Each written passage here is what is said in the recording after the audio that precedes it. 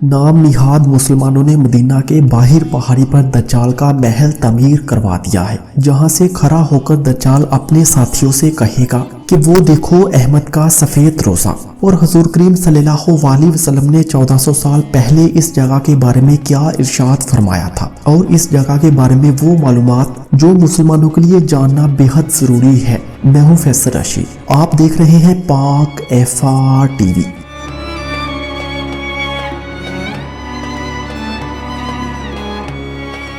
उम्मते मुसलमा को हुजूर करीम सल्लल्लाहु अलैहि वसल्लम की हदीस मुबारक से दज्जाल के ज़हूर का पता चलता है। दज्जाल का ज़हूर कुर्बे क़यामत की बड़ी निशानियों में से एक निशानी है। कुर्बे क़यामत की 10 बड़ी अलामात में से एक अलामत दज्जाल का ज़ाहिर होना भी है। दज्जाल का फितना तारीख़ इंसानी की इब्तिदा से लेकर इंतहा तक के तमाम फितनों से बड़ा और ख़तरनाक फितना है, जिसकी बुराई और शिद्दत का अंदाज़ा इस बात से भी लगाया जा सकता है कि हर एक नबी अलैहिस्सलातु वसल्लम ने अपनी उम्मत को दज्जाल के फितने से डराया था। हुजूर करीम सल्लल्लाहु अलैहि वसल्लम की एक और हदीस जो दज्जाल के महल के हवाले से है वो पूरी हो चुकी है। इस हदीस के मुताबिक जब दज्जाल मदीना में दाखिल ना हो सकेगा तो वो मदीना से बाहर एक पहाड़ी पर रहाइश पजीर होगा और अपने महल से मस्जिद नबवी की रोशनी की तरफ देखेगा और बार बार मस्जिद नबवी की तरफ इशारा करके अपने साथियों को मुखातब करके कहेगा कि वो देखो अहमद का सफेद रोजा।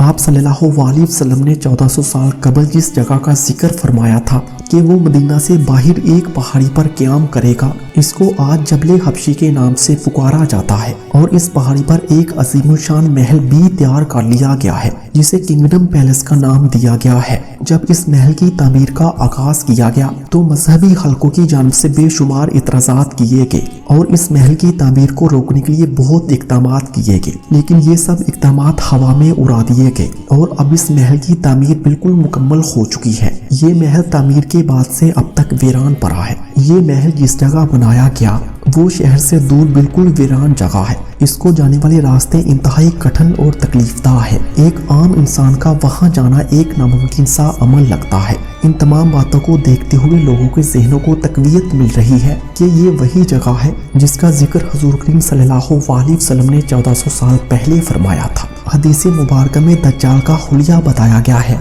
इन तमाम को सामने रखने से दज्जाल का जो हुलिया सामने आता है वो ये है कि दज्जाल एक जवान मर्द होगा, दराज कद और एक आंख से काना होगा और कानी आंख ऐसी होगी जैसे फूला हुआ अंगूर हो, जबकि इसकी एक आंख खून आलूद होगी। इसका सीना चौड़ा और जरा सा अंदर की तरफ दंसा हुआ होगा। दज्जाल की पेशानी चौड़ी होगी और दोनों आंखों के दरमियान काफिर यानी काफिर लिखा हुआ होगा, जिसे हर मुसलमान पढ़ सकेगा, चाहे इसे पढ़ना आता हो या ना आता हो। और इसके बाल गुंगरियाले होंगे। दज्जाल के निकलने से पहले दुनिया की बहुत बुरी हालत होगी, जैसा कि हदीस मुबारक के मज़ामीन से पता चलता है कि इसके निकलने से 3 साल पहले ही दुनिया में आम कहत फैल जाएगा। पहले साल आसमान 1/3 बारिश और जमीन 1/3 पैदावार रोक लेगी। दूसरे साल आसमान 2/3 बारिश और जमीन 2/3 पैदावार रोक लेगी, जबकि तीसरे साल आसमान सारी बारिश और जमीन सारी पैदावार रोक लेगी,